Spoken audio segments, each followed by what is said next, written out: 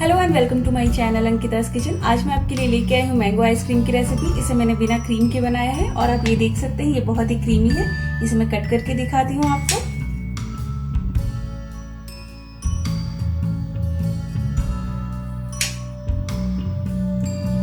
ये आइसक्रीम बनाने में जितना इजी है खाने में उतना ही टेस्टी है। तो चलिए इसे बनाना स्टार्ट करते हैं। मैंगो आइसक्रीम बनाने के लिए मैंने यहाँ पे एक आम का पल्प बनाया है। इसे अच्छे से ग्राइंड कर लिया है। अब एक पैन में ये पल्प ऐड करेंगे। अब इसमें ऐड करेंगे 3 टेबलस्पून शुगर। इसे हमें 2 से 3 मिनट तक लो फ्लेम पे कलर चेंज होने तक पकाना है। आप इसमें आम के हिसाब से चीनी ऐड करें। अगर आम ज्यादा खट्टा है तो चीनी की क्वांटिटी थोड़ी ज्यादा लगेगी। इसे मैंने 3 मिनट तक लो फ्लेम पे पकाया है। इसका कलर चेंज हो गया है। अब फ्लेम ऑफ कर देते हैं और इसे ठंडा होने देते हैं। मैंने एक पैन में 1/2 लीटर फुल क्रीम दूध लिया है। मैं सजेस्ट करूंगी आप भी फुल क्रीम दूध ही लें, क्योंकि हम इसमें कोई क्रीम नहीं यूज कर रहे हैं। इसमें भी मैं ऐड करी 4 बड़े चम्मच चीनी, क्योंकि आइसक्रीम में थोड़ा सा चीनी ज्यादा होना चाहिए। जमने के बाद वो थोड़ा कम मीठा लगेगा तो अच्छा नहीं लगेगा। अब इसे मीडियम फ्लेम पे एक उबाल आने देंगे। अब हम कॉर्नफ्लावर का घोल तैयार करेंगे, क्योंकि हम इसमें कोई क्रीम नहीं यूज कर रहे हैं। तो इसे थोड़ा सा गाढ़ा करना है। यहाँ पे मैं 2 टेबलस्पून कॉर्नफ्लावर ले रही हूँ। अगर आपके पास कॉर्नफ्लावर नहीं है तो आप मैदा यूज कर सकते हैं। अब इसमें थोड़ा सा पानी ऐड करेंगे और इसका घोल तैयार कर लेंगे। आप पानी की जगह दूध भी यूज कर सकते हैं। दूध में उबाल आ गया है। अब ये कॉर्नफ्लावर का घोल ऐड करेंगे। अब इसे लो फ्लेम पे 8 से 10 मिनट के लिए हमें पकाना है, ताकि दूध अच्छे से गाढ़ा हो जाए। इसे मैंने 8 मिनट तक लो फ्लेम पे पकाया है। अब दूध गाढ़ा हो गया है और इसकी क्वांटिटी भी थोड़ी सी कम हो गई है। अब फ्लेम ऑफ करते हैं और इसे ठंडा होने देते हैं।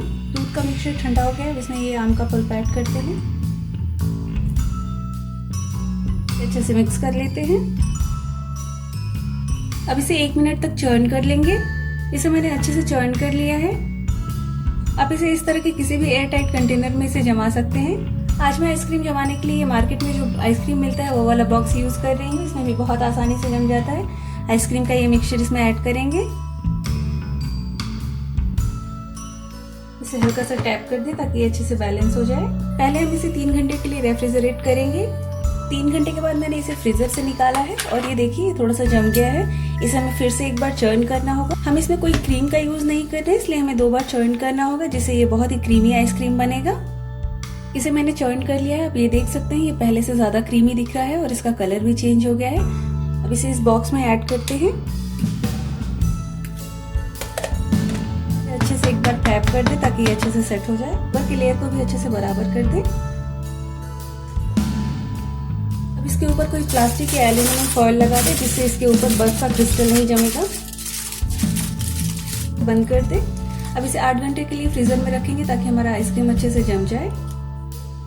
8 घंटे के बाद मैंने इसे फ्रीजर से निकाला है। ये काफी अच्छे से सेट हो गया है। एक बार चेक करते हैं।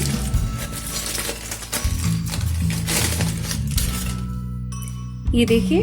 अब इसे डीमोल्ड करने के लिए 1 मिनट के लिए नॉर्मल टेम्परेचर पे छोड़ेंगे, या फिर थोड़े से नॉर्मल पानी में इसे 1 सेकेंड के लिए रख सकते हैं। और इसे हम इस तरह से डीमोल्ड कर लेंगे। थोड़ा सा टैप कर देते हैं।